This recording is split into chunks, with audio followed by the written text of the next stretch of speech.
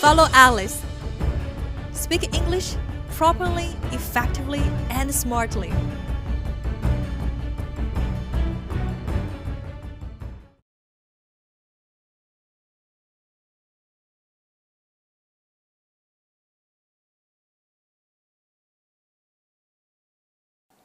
Hi, this is Alice. Now you have known why we should learn public speaking, the misunderstanding about public speaking, and its three basic types. But what is public speaking? Speaking in presidential elections? Speaking on commercial conferences? Speaking on weddings, award ceremonies, or graduation ceremonies? If you think all these are public speaking, have a look at the following items. If you think the following items have anything to do with public speaking, tick them. Now pause for about 1 minute and tick the right ones in your mind. So what's your answer? Alice, I think these have nothing to do with public speaking. In my eyes, public speaking is all about standing on a glorious stage, speaking in front of a microphone and hearing the applaud. Well, maybe giving a toast on uncle's birthday is a kind of public speaking, because my uncle had over 100 visitors that day. I think this can become public speaking as long as the audience grows bigger and it's in the public place. Well, actually, all these have something to do with public speaking. It is more than selecting a topic, planning content, and speaking in public places. Now, we have to communicate with our audience. Communication is a process where people share thoughts, ideas, and feelings in understandable ways. In the communication process, there are 7 elements: speaker, listener, channel, message, feedback, situation, and interference. Among the 7 elements in public speaking, which one do you think is the most important one? I know, it is the speaker. Right. The speaker is the one who stands on the stage and gives the show. The audience just need to yay and give applaud. The speaker is always the center of the stage, the shining star.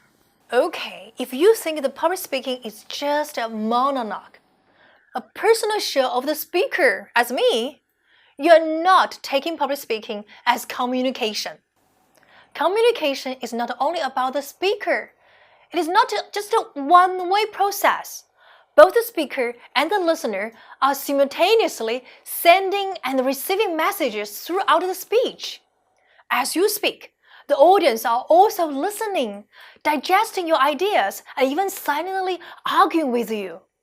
Even though this may be invisible, they cannot speak out, but they are sending feedbacks through laughter, frowns, bold looks, or sometimes questions.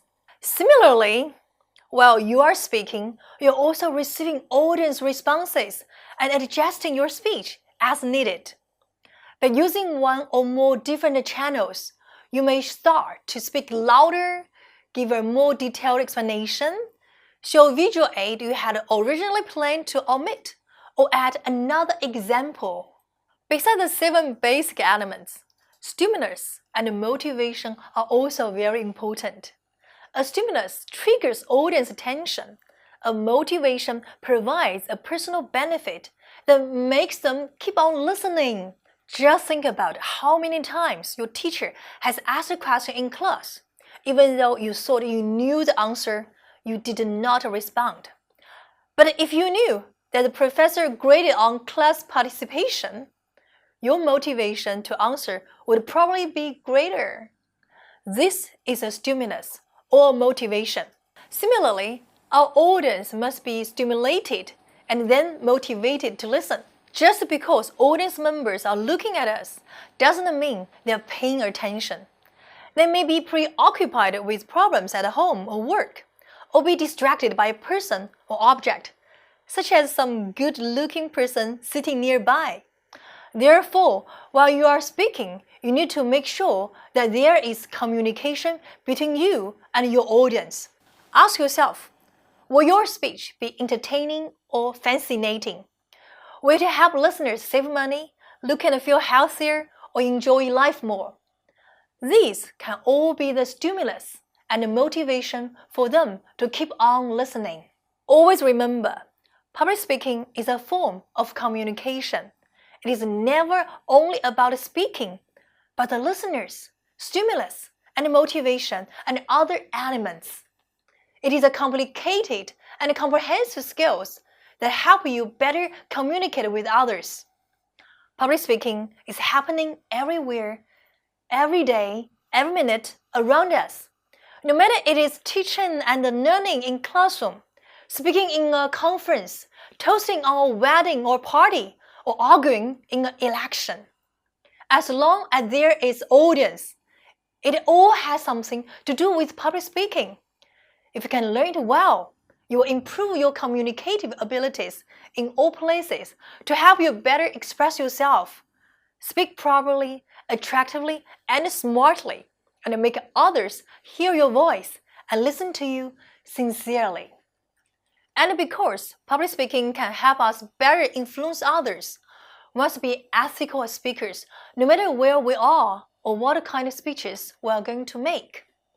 We must research information carefully, present only truthful information, and never use public speaking to manipulate others. As long as we speak in public, we have serious obligation. In the following classes, I, together with Alice's family, Winnie, Jerry, Tony, and other members will guide you step by step to become a confident, ethical, and qualified speaker, from speech preparation to speaking contests. Always remember, public speaking is not that scary or mysterious, but very practical and powerful. It is a necessary skill that can be learned and developed.